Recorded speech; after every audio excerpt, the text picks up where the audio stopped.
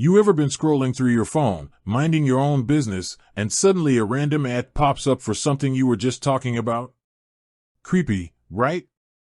Or maybe you're trying to access a website and it's blocked. Frustrating, isn't it? Well, there's a good chance this digital shadowing is thanks to Private Relay. Let's break it down. Private Relay is basically Apple's way of keeping your online activity hidden from prying eyes. It's like a cloak of invisibility for your internet traffic. Sounds great, right? But what if you're facing issues and you want to shed that cloak? That's where we come in. Today, we're diving deep into how to stop Private Relay.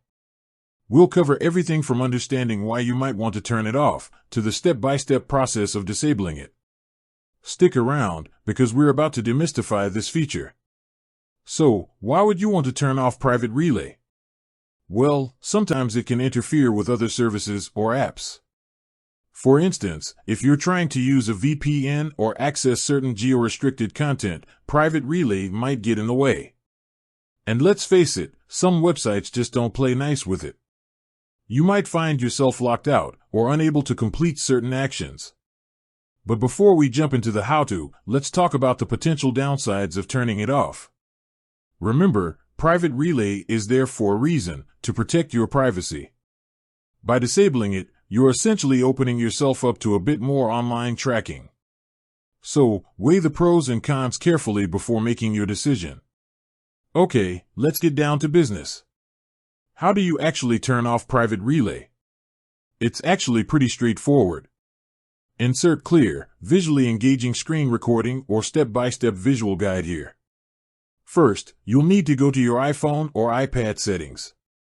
Once you're there, tap on your Apple ID, then iCloud, and finally, Private Relay.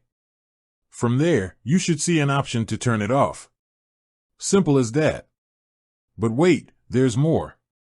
What if you're facing issues even after turning it off? Don't worry, we've got you covered. There might be some lingering settings or conflicts causing problems. We'll walk you through some troubleshooting steps to get everything working smoothly again. Insert troubleshooting tips and potential solutions here. Now, a word of caution. While turning off Private Relay might solve some problems, it's essential to consider the trade-off in terms of privacy. If you're concerned about online tracking, you might want to explore alternative privacy measures.